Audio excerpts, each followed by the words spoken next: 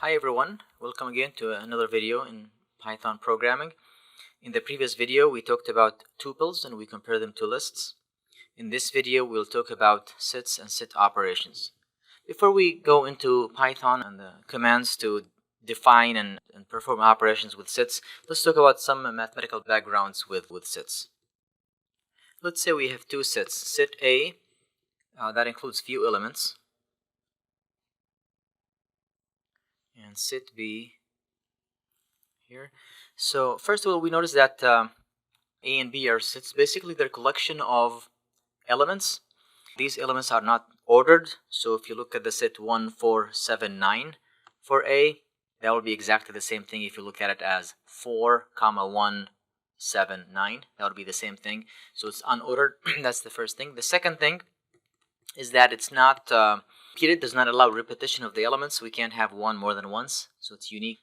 So it's a set or a collection of unique elements. These elements can be anything. They don't have to be numbers. They can be strings, they can be floats, they can be any other data type we discussed before. As far as the operation that goes, most of you probably know this. Just a quick review. We have the union operation, which combines the sets that belong to either A or B without any repetition of the elements. And then we have the intersection of two sets. If you take the intersection of A and B, that would be the collection of all elements that are common to both sets A and B, that belong to both A and B. We have the difference between two sets, like A minus B. The difference of A minus B, that's all the elements that are in A but not in B. If this sounds a little too much, wait for a minute. We'll do this in Python. I just wanted to go over the definitions of things before we get into the codes. Now let's turn into Python and write some code. First thing is how to define a set. Let's say we have the set A equals the elements 1 through 5. That'd be A, and then we can do type A, and it's a set. Let's define another set B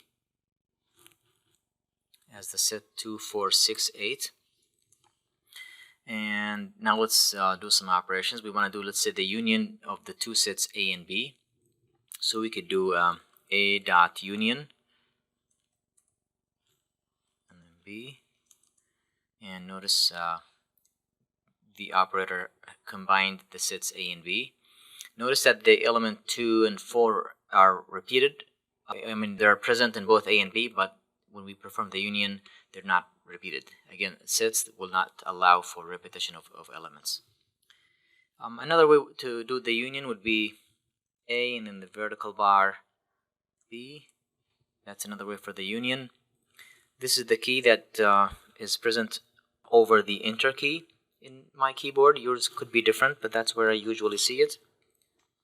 Let's look now at the intersection between two sets. A dot intersection. If you hit the tab command, it will continue the command for you. B, and then again it prints the common elements between A and B, 2 and 4. The intersection can also be obtained by A and B, like that. 2, 4. We can do A minus B. That gives you the elements that belong to A but not to B. There they are. Here's A and here's B. Notice 1 belongs to A but not to B. Same thing is true about 3. Same as 5. So 1, 3, 5 are the elements that belong to A but not to B. And here's printed as A minus B. Now let's look at the other ways to define sets. So we defined it as you saw before. Say set C, curly brackets, and then elements separated by a comma. And if you do repeat the element like so, print C, and you notice and the print out 2 is not repeated anymore. Another way to define sets is to use the set command. Let's define the set D equals set, and I'm gonna do something wrong for educational purposes. Let's say the set 1, 4, and you'll notice it will not accept this here in parentheses like that. It has to be included in brackets as a list, so you have to cast list of elements, and this would be okay. So print D now is the set of the two elements 1, 4, and you can confirm that by typing type D, and then it says a set.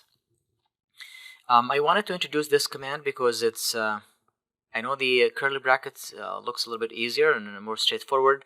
What if we want to create an empty set?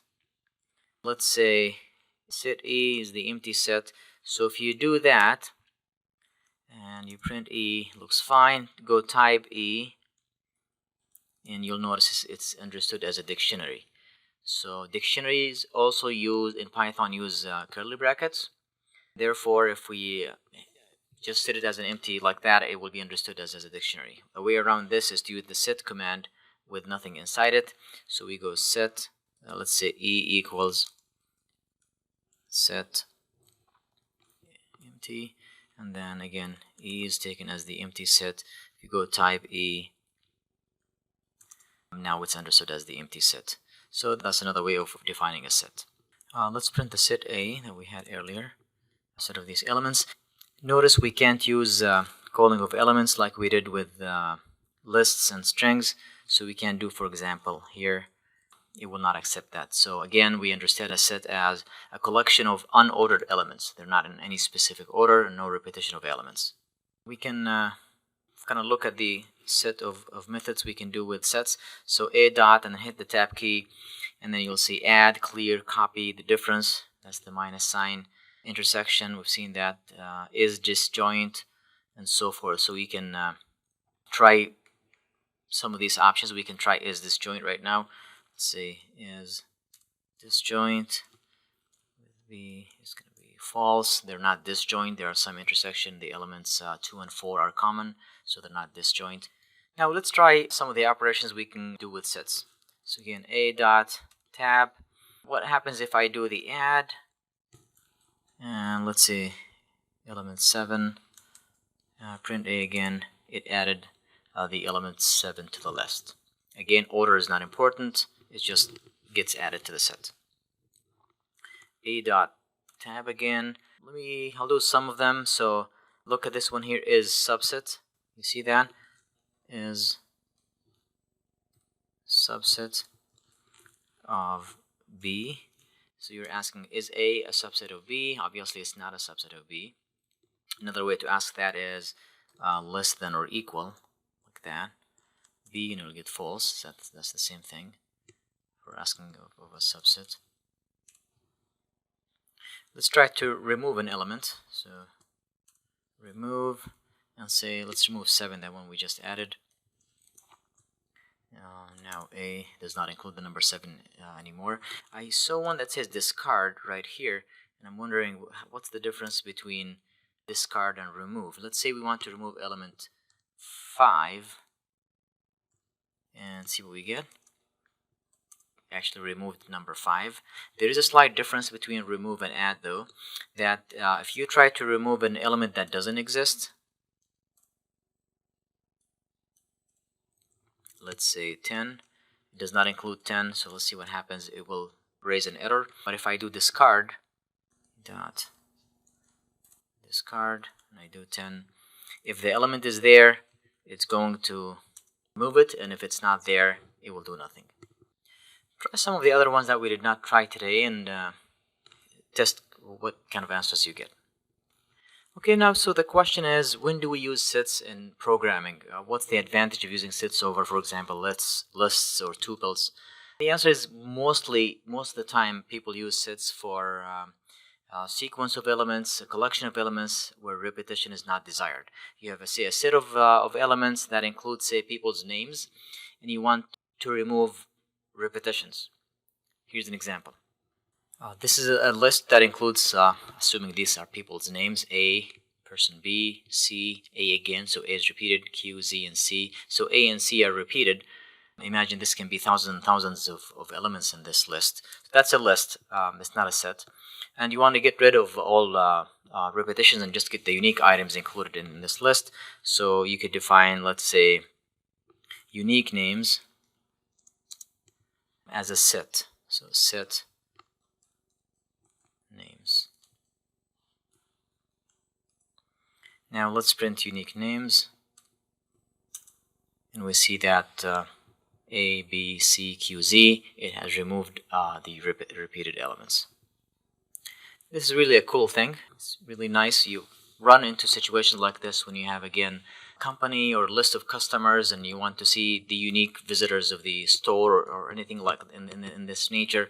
So again, you turn it into a set and then you get the unique items included. Lastly, I would like to talk about Frozensets.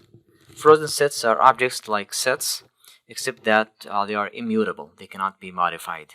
We noticed in the last few minutes that sets can be, you can remove an element from a set after you create it. You can add an element. You can discard, pop, update a set. So these all methods have to do with, again, modifying the set. In Frozensets, this is not allowed. Here's an example. Let's define, let's say f is a Frozenset, f equal Frozenset. That includes 3 elements. Enter. Okay, let's go type f. It's a Frozenset. And now let's do f dot tab. Notice it has copy, intersection, subset, much the same as that we had with sets, except that notice a lot of the other commands are not here, such as, again, adding an element, removing an element, and so on. If you compare the two, you will notice the ones that are not present now are the ones that has to do with modifying the set.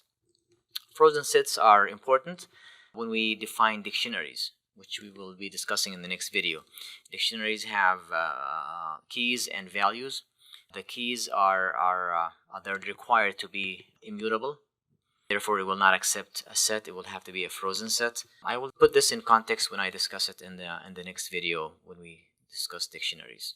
Now we've reached the end of this video for today. Thanks for watching. Next time we will talk about dictionaries.